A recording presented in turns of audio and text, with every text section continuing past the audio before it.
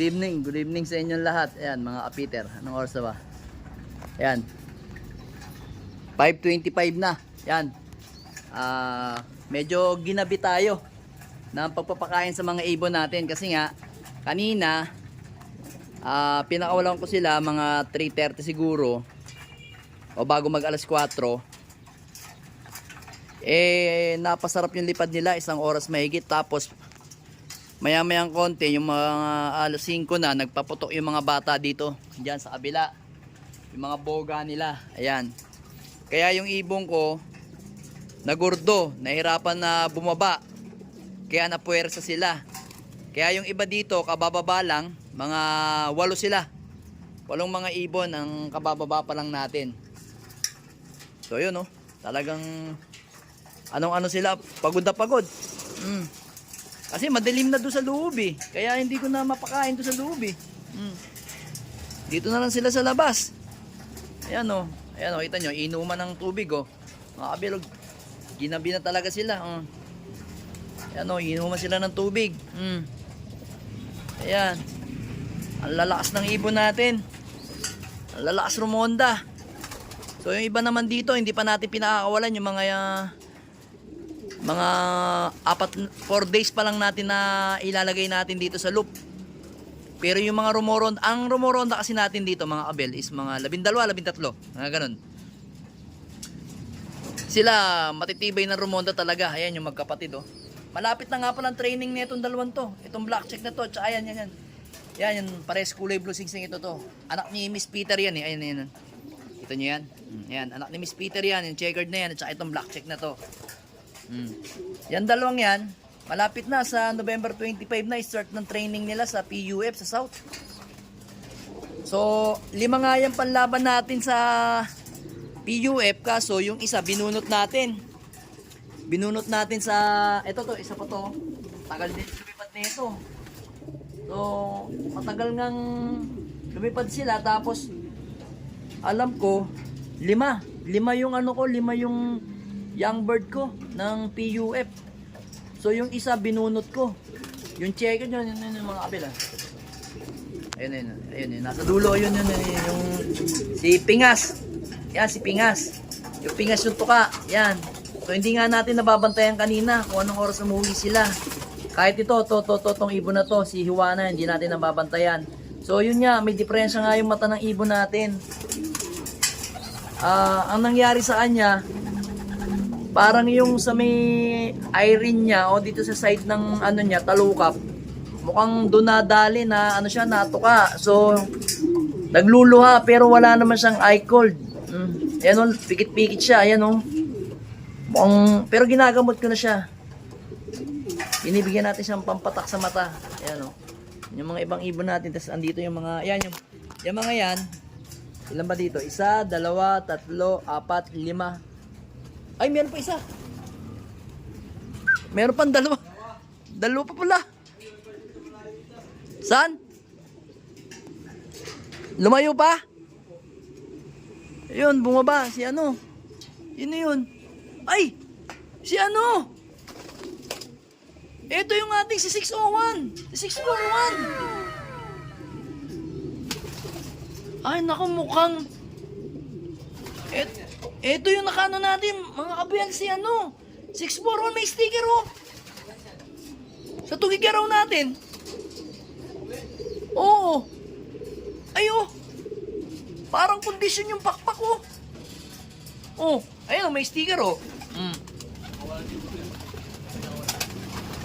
Ala. Oh, ito yung ibon natin oh.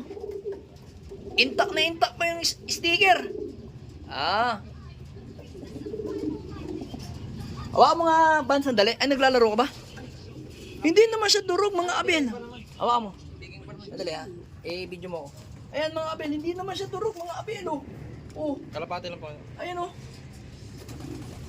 Parang nakakondisyon pa yung katawan niya. Oh. Sayang. Sayang yung ibon oh. Yung live natin oh. Tugigaraw oh. Sayang. Oh, ayan mga abel ha. Kita nyo. Hindi naman durog yung ibon natin. Ewan lang natin kung may nakahuli pero intact pa rin yung sticker niya oh. Hindi naman nagalaw oh. May kasama pa siyang isa. Akala ko nga si ano eh. Sino nga yan? Yung na yan? Ewan May kulang ka pa ba, Ivan? Wala na? Wala. Wala na akong kulang. Sakto na lahat ng ibon ko. So ito mga abel, umuwi nga si 641 natin galing sa Tugigaraw. Nag-alala nga ako dito kasi nga ang expecting ko dito magkaklak to. Kasi ito tago din 1090 tong speed. Tapos sa Bigan 1115. Kaya expecting ko talaga magkaklak to kasi nakakondisyon yung katawan ng ibon bago ko kinarga. Ayan, talagang ano siya, bangkain lang siya ng konti oh. Yan, ganyan talaga yung katawan niya, parang hindi naman nagbago. Oh. Yan. Ako. Mapapalaban pa to sa ano ah. Mapapalaban pa to sa pogi ah. Pahinga lang ng konti. Yan. Sayang oh. Sayang, young bird pa naman to mga abiel oh. Sayang na sayang yung ibon. Lagyan natin ito yung asawa niya mga abel. Yan. Ayan, tingnan nyo oh. Ayan o, kita nyo o, ayan o. O, namamara ako pa ha, mga kapil o, kita nyo o. Ay hindi naman natin ano, ang nangyari niyan, malamang sa alamang, ano to, overshoot o napalampas yan. Ang inano lang natin, pinag-iisipan lang natin, yung pakpak ng ibon ko, kondisyon pa rin. Kita nyo, napapansin nyo ba? Papansin nyo ba yung kondisyon ng katawan ng pakpak ng ibon ko, oh? Medyo nagpupulbos pa yung pakpak ng ibon ko, oh.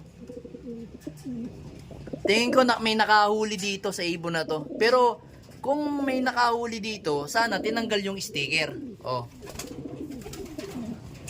Ayan, mga abel, oh. Talagang, ganyan talaga. Wala tayong magagawa. Bawi na lang tayo ng, ano, sa next race, mga abel, yan, oh. Ay ibon no. Ganun talaga. Ilaban na lang natin siya sa ibang ano, sa ibang club. Baka doon swertehin na tayo.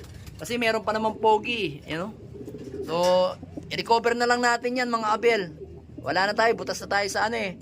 Eh tsaka ngayon kargahan na ng ano ng BBC ngayon, Apari. Tapos Santa Ana last 2 laps. Ayan oh. Oh, yan mga abel. At least nakita ninyo. Ako hindi ko rin expecting ha. Nightbird pa yung ibon natin, mga abel. Sabi ng anak ko, eto nandito ako, dito ako nagpapakain. Kasi nga, yung ibon natin, di ba, nag-uusap tayo about sa mga ibon natin na ginabi magpakain, ayan. So ngayon nagulat kami, may biglang dumapo dito, tsaka dito, dalawa. Yung isang ibon, ano bang nangyari sa isang ibon, Ban? Diretso? Ayun, rumekta daw. Nagulat ako, biglang pumasok. Ang expecting kong ibon, eto mga abel, oh. Eto teka lang, asan yung isa? Eto yung expecting ko, laging late pumasok to eh. Asan na yun? Eto, teka. Asan na yun? Ayan. Ayan ang akala ko. Eto, si Miss Peter 2, ayan. Yan yung late laging pumasok. Kaya akala ko siya, pagbaba niya dito, nakita ko may sticker. Sabi ko, hindi, si ano yan, si 641 yan. Oh, kahit ako nagtaka ako. Ganun pa man, nagpapasalamat pa rin ako kasi umuwi yung ibon natin. Marami pa namang karera, bawi na lang tayo sa karera. Talagang ganun siguro ang karera talaga, hindi natin masasabi. Hindi talaga tayo sinuwerte sa Tugigaraw. Basta importante, malusog yung ibon natin, healthy. Alright na alright yan, mga abel. Bawi na lang tayo, ilaban natin siya sa ibang club, baka doon makabawi siya. So yun, mag-aaway-aaway yan sigurado kasi ito, halos mag-iisang linggong wala to, naging teritoryo to ni Peter, ayan, yung Peter na yan. Anak ni Miss Peter to eh. Anak ni Miss Peter yan eh, yan o. Tiniteritoryo niya yun. Pero to, hindi papayag to na gagambalain nyo dyan. Kasi nakabalik siya. So, i-target na lang natin to sa ano, sa, tawag dito, sa pogi. Sa pogi na lang natin to ilalaban mga kabel, no? Ganyan talaga buhay. So yung mga abel, nagulat din ako sa mga ibon ko. Kasi akala ko meron pa akong merong hindi pang nakakapasok sa mga ibon ko. Yung pala, si 641 ang dumating. Kargahan pa naman ngayon. Simula nung linggo. Hindi siya nakauwi nung, Sabado. Tama, mag-iisang linggo. Sabado kasi release eh. Sabado nga ba? Sabado, Tugigaraw. Ganun talaga. Bawi na lang tayo. Marami pa namang karerang darating.